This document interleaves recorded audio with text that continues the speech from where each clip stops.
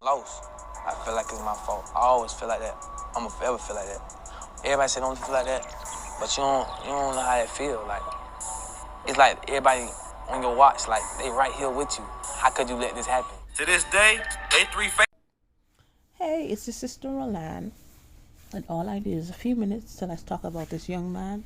His name is Kenyanta Bullard, aka Yungeen Ace, and he is a rapper from Florida and from Jacksonville actually. So he came, this young man. One thing I will give him, he came from nothing. He came from nothing and made a name for himself. He may not be mainstream yet, but he does have a following. He does have influence. And why he came up, like I said in the Queso video, is a song that he made. It's called "Who I Smoke." Who I Smoke. Let me show you.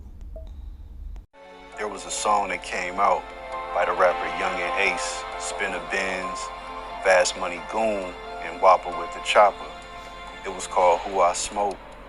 And in that song, Yungeen Ace had a line, and he said, "My killer make his face go. That's one thing about." So that was the video, the music. Played a lot of music. So what's been going on? It's like a lot of back and forth. It's a group called ATK, which he is from, and KTA, which is Julio Fulio, is associated with them. Both of these guys are very popular rappers. Like they're even verified on Instagram. So these two are going back and forth, back and forth. But what stuck out for me for him, because for Kenyatta, is because of the different stuff that he went through and stuff like that. And I was looking at, it's like, man, this guy has so much potential.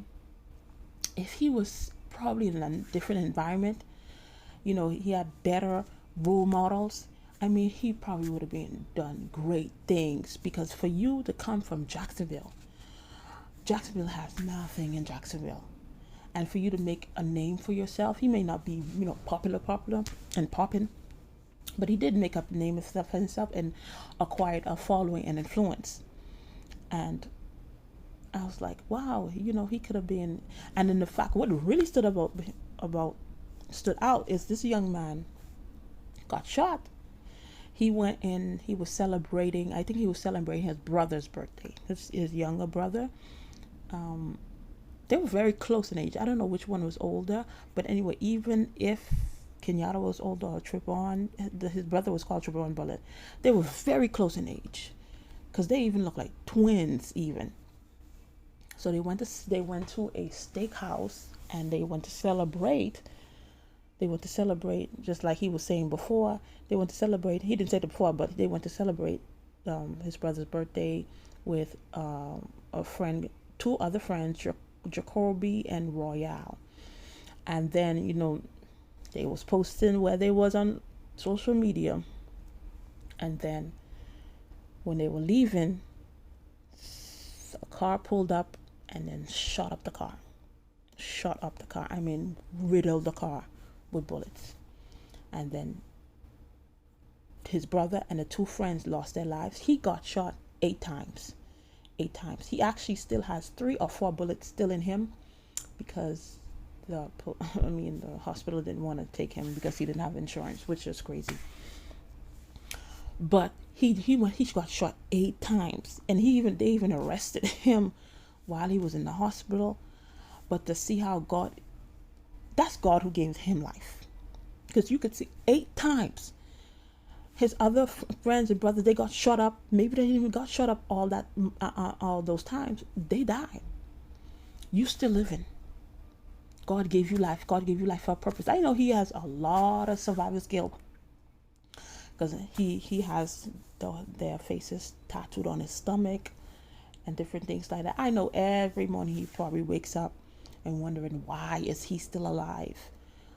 He should have died, and different things like that. But if God gave you life, God has a purpose and a plan for you. But many times we take those, those chances. We may think it's luck, we may think it's chance, but some stuff is God. God is trying to get your attention. God is trying to get your attention, young man. But then we wait till it's too late, because God is not gonna be there forever and ever and ever, because you're gonna keep on making choices that's gonna make you end up, not being here. Because he even said it with his own mouth. He doesn't think he's gonna be here in the next 5 years. He said that with his own mouth. Because why? Because these guys are sowing things, and then that's what they're reaping. That's what they're reaping. So when I saw these young men, I was like, oh my goodness. I just felt like if they just were in a different environment, him, Kenyanta, and the other guy that I'm going to speak about, if they were just in a different environment, because they came out of nothing and now they made a name for themselves. But their songs is popping. Some of their songs are popping on TikTok, but a lot of people don't know. A lot of people don't know what's the the backstory behind this. And I really have a I don't know, like I don't know, but I see these young men as like my little brothers. That's what you would say, like my little brothers. And I would pray that they get it. You not, yeah, I understand that you really don't want to live, because you're wondering why you still here. You should have been dead with your thing on. Because, and probably people wondering that too, say, how come my son? Because the other two friends, they had mothers. Because the Jacoby, the mom was like, wow, the young man left her. Now what she's gonna do? And then that Jacoby, he had a son also. He had a kid. He was young. He was like 18, I think. He had just recently graduated high school, and he has a kid. So I don't know. I just hope these young men can open their eyes before it's too late. But sometimes all you could do is hope. But definitely, I will. The only thing I could do is pray for these young men, and then watch the music that the kids are listening to. Because when I look at this, I was like, oh, you guys don't be listening to these songs anymore, because it's like a tit for tat. And another thing, and one thing that came to me as I was researching these young men, Kenyanta, aka Yungeen Ace, and Charles Jones, aka Julio Folio. Like I said, I see these young men as my little brothers, because of course I'm older than them.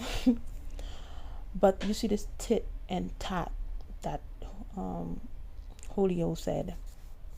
You diss my crew, and I diss your crew. I make fun of what happened to your crew, and tick and tack and stuff like that. And there's retaliation being made, and you may think that, oh, the retaliation is being made by ATK, the retaliation is being made by KTA, and then some of them may not even be being made by any of these groups.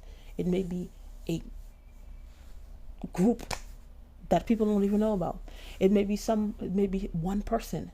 It may be people that's not even from Jacksonville that is seeing the beef. They see opportunity to cause more chaos, to cause more resentment, to cause more hatred, more jealousy, to cause more division, and then they're doing their things undercover, and people thinking, oh, that's Yungeen Ace crew, oh, that's Julio's crew, and then it's somebody else, and that person is right there laughing, ha ha ha.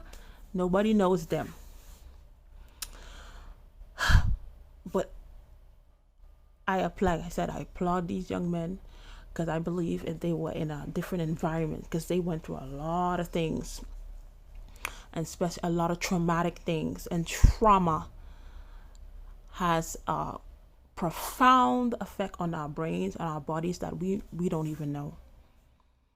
And I believe if they were in a different environments, they would have, of course they made it in a sense, but this is not a positive way. they would have made it, but in a positive light. But they came, because they came, both of these young men came from nothing, and then they made a name for themselves. But it's not in a good way at all. It's not. And then these both have faced death. You know, they have been people have tried to take their lives, and they still here, because God has a purpose for these young men. But I pray that they get it before. But all they see is, you know, just them not being here for a long time, because that's what they sow. That's what they, even if they don't sow it allegedly, you know, actually doing a thing, but with your words, with the songs that they sing, that's all they sing about. That's all they sing about is, you know, death. That's all they sing about. That's all they rap about. Excuse me, that's all they rap about. That's all they rap about is death. And your words have power. It has the power of life and death. So hopefully they get it, because even Julio's girlfriend got shot all those times, and you still here. I mean, I don't know, something, because I've known people that got shot several times. This young man was in our church. He got shot like 8 times, and he had the bullet left. It was one bullet left in him, and it came out like a year later. And his friend got shot once and died. But this young man, he changed his life. And you know, he's doing very well now. But not, and I guess people think that serving the Lord, you know, you want to be poor and different things. I don't know what's the thing up, but I'd rather be alive, serving the Lord, living in peace, not looking over my shoulder every time, having to drink myself to sleep, having to smoke myself to sleep, living with guilt and stuff like that, because both of these men are ridden with guilt. They are ridden, because like it's a lot of people that are around them that are just dropping. So all I could do was pray for these young men. That's all I could do. So that was my video about these young men and about this group, about the song that's popping on TikTok. I'll see you in another video. Bye.